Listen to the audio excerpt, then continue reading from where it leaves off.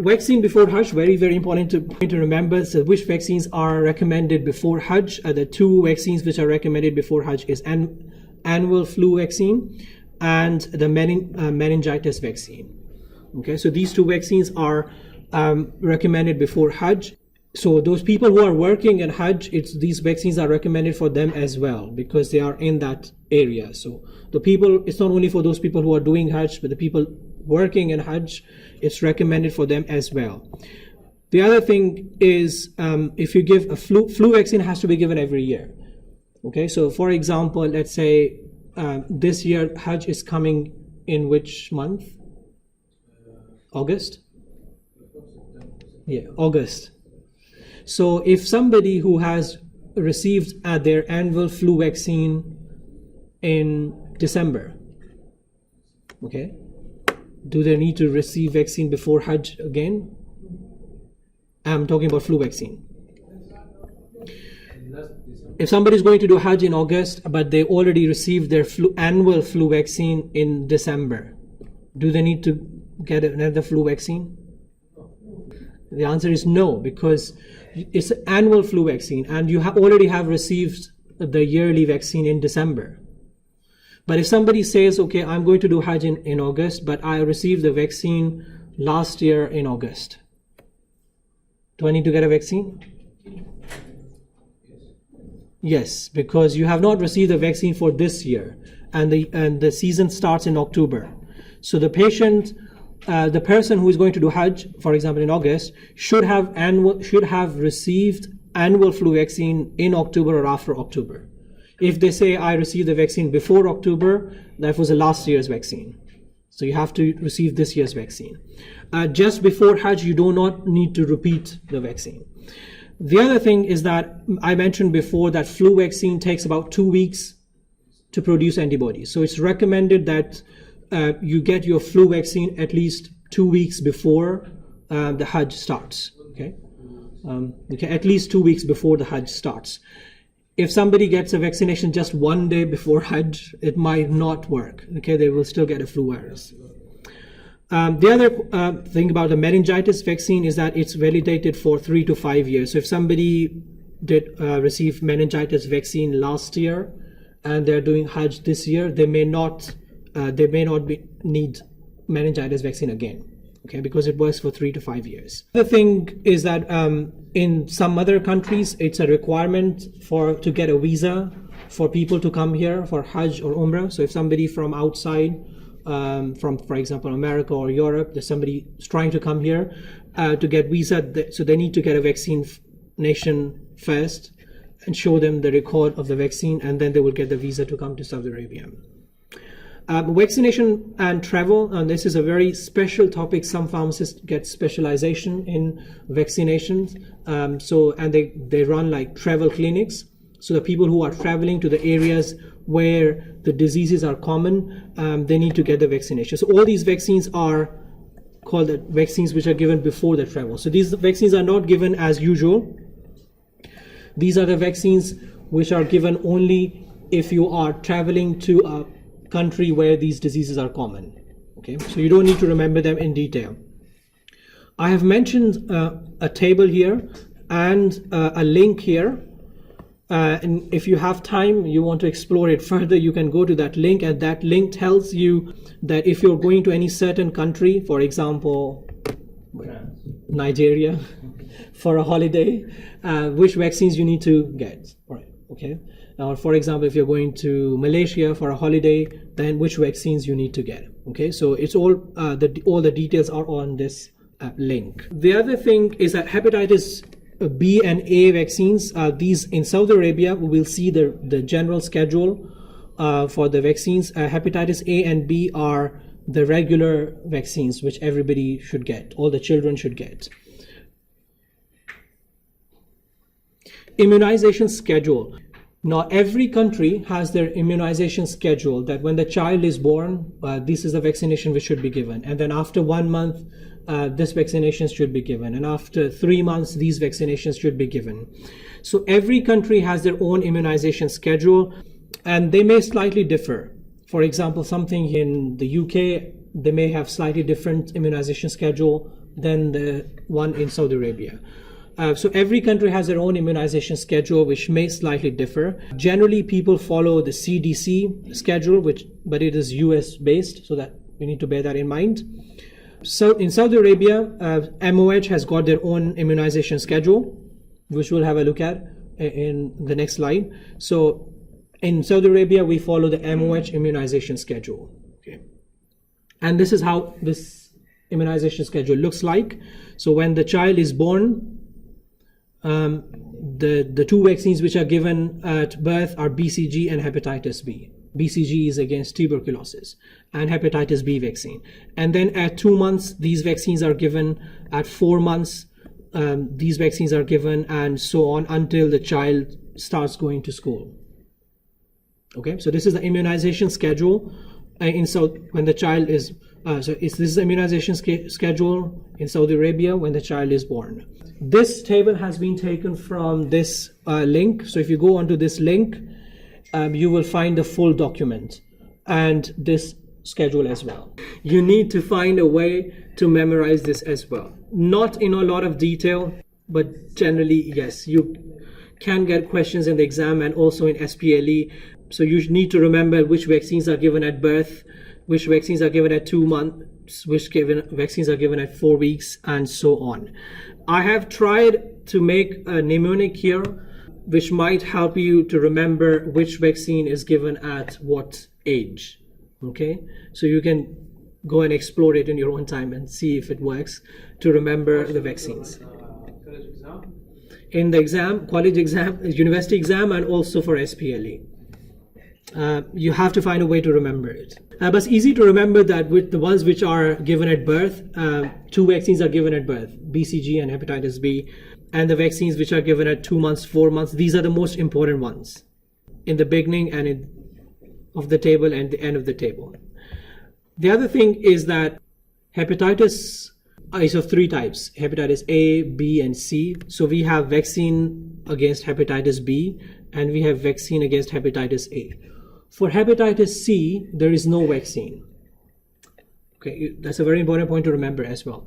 For hepatitis C, there is no vaccine. We only give the treatment if the patient gets hepatitis C. But for hepatitis A and B, there is a vaccine. So this is the immunization schedule we follow in Saudi Arabia, so you need to remember that. On the next few slides, I have mentioned the immunization schedule from CDC, which I mentioned before that it's a US-based immunization schedule. Most of the countries follow this as well. Even the MOH, Saudi MOH is also adopted from this one, but just made some changes. So the next few slides, I have mentioned the tables from the CDC recommendations. You don't need to remember these tables because these are just for your information, but I've copied them from CDC website. The other thing I would mention here is that at birth, you will see that in Saudi Arabia, there are 2 vaccines recommended, BCG for TB, for tuberculosis, and hepatitis B. I think Saudi Arabia is one of the very few countries where hepatitis B vaccine is recommended at birth. In almost all the other countries, it's only the BCG vaccine which is recommended at birth, only BCG. But in Saudi Arabia, it's BCG and hepatitis B vaccine recommended at birth. Yes, it is good because they have made this recommendation based on the prevalence of the disease here. So, okay, last few slides. Now, DTaP is a vaccine. It's a combination vaccine. D stands for diphtheria, T stands for tetanus, and P stands for pertussis. So DTaP is a combination vaccines which provide protection against 3 diseases, diphtheria, tetanus, and pertussis. It's indicated for the prevention, I've mentioned here as well, diphtheria, tetanus, and pertussis. So it provides protection against 3 diseases. It's a combination vaccine. It's recommended for children less than 7 years of age. But if the child is above 7 years of age, then we don't give DTaP. We either give DT or the other formulation. Remember that DTaP is only given less than 7 years of age. Okay? And if the child is above 7 years, then we give DT, which is against diphtheria and tetanus only. So less than 7 years, Less than 7 years. Okay, everybody, it's important to remember, less than 7 years, if you have to give the DTaP vaccine, you give the DTaP formulation. More than 7 years, if you have to give a DTaP vaccine, we either give DT or Tdap formulation of the vaccine. Now, what is the difference between DTaP and Tdap? What is the difference between this and this? Both of them are combination vaccines, provide protection against diphtheria, tetanus, pertussis. But in this formulation, we have equal concentration of diphtheria vaccine, tetanus vaccine, and pertussis vaccine. But in this vaccine formulation, we have more concentration of tetanus vaccine and less concentration of diphtheria and pertussis vaccine. And that's why T is capital and D and P are small. Here, D, T, and P are capital, so that means equal concentration. Okay, everybody? DTaP and Tdap are the same vaccines, but different formulations. In DTaP, you have the same concentration of the 3 vaccines. But in Tdap, you have more concentration of this vaccine and less concentration of diphtheria and pertussis. And it's important to remember that if the child is less than 7 years of age, we give DTaP. And if the child is more than 7 years of age, then we give either DT or Tdap. Hepatitis B vaccine, other point to remember, hepatitis B vaccine is generally given as 4 doses, like 0 month, and then the other dose is given after 1 month, and then the next dose is given after 6 months. It's the only vaccine that is recommended as a scheduled vaccine and given at birth, along with BCG and KSA. I've already mentioned that. The other thing which just came to my mind, the minimum duration. So you will see that in the schedule, some vaccines are given at birth, and then some vaccines are given at 1 month, and then some are given at after 3 months. So that's a normal schedule. But the minimum duration between any 2 doses of the vaccine is 4 weeks. The minimum duration between any vaccines are given in schedule, right? So it's not just for some vaccines only you just give 1 shot, but majority of the times the vaccines are given in doses. So for example, 1 dose today, and then 1 dose after 1 month, and 1 dose after 6 months. An example is hepatitis B vaccine. So if somebody has to be given hepatitis B vaccine, it's given at least 3 doses. So 1 dose today, 1 dose after 1 month, and 1 dose after 5 months. Because it boosts up your immunity, and after 6 months your body will be fully developed to produce antibodies. So majority of the vaccines are given as scheduled doses, not just 1 dose and finished. Majority of the vaccines are given as doses. Okay. So the minimum duration between any 2 doses is 4 weeks.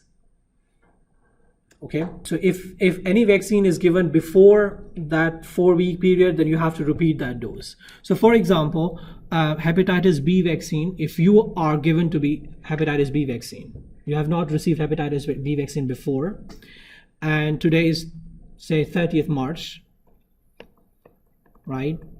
And you are given the first dose of hepatitis B vaccine today. The second dose of hepatitis B vaccine should be given at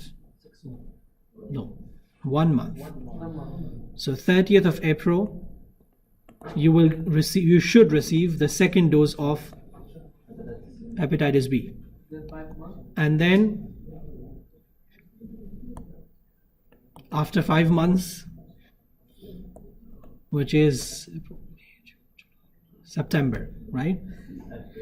30th September, you should receive the third and last dose of your hepatitis B vaccine, right?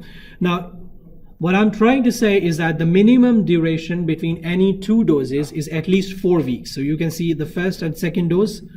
What's the difference? 1 month or 4 weeks. Now, what if you were given the dose of hepatitis B vaccine on 30th March, and the next dose you received on 15th of April, after 2 weeks instead of 4 weeks?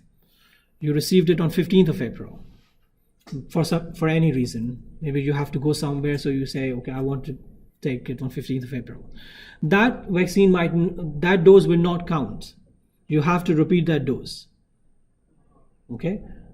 Because the point I'm trying to make is that the minimum duration should be 4 weeks. If it is given, the second dose is given less than 4 weeks, then you have to repeat that dose. Okay, the other 2 points. The first dose of RV rotavirus vaccine is given at 14 weeks, and the last dose is given at 8 months. After 8 months, rotavirus vaccine is not given. Hepatitis A vaccine is recommended as a travel vaccine. There is no vaccine against hepatitis C. I've already mentioned that before. Influenza virus every year comes with mutations, so we have to repeat a flu vaccine every year. New influenza season starts approximately in November every year, and new vaccination must start in October. So you should start giving vaccination in October time. Also bear in mind that it will take 2 weeks until your antibodies develop. Zoster vaccine must be administered to the patient currently being treated for shingles. It can be administered once the symptoms are resolved. Zoster is a viral infection, and it causes shingles. So in order to prevent shingles, is like a skin condition. In order to prevent that, we give Zoster vaccine, and it's given actually in elderly patients. Elderly patients develop this infection, viral infection, shingles, and in order to prevent that, we give Zoster vaccine. Now, if an elderly person gets shingles virus infection, and once they are fully treated, then we can give them the Zoster vaccine after that infection. Okay? Any questions so far?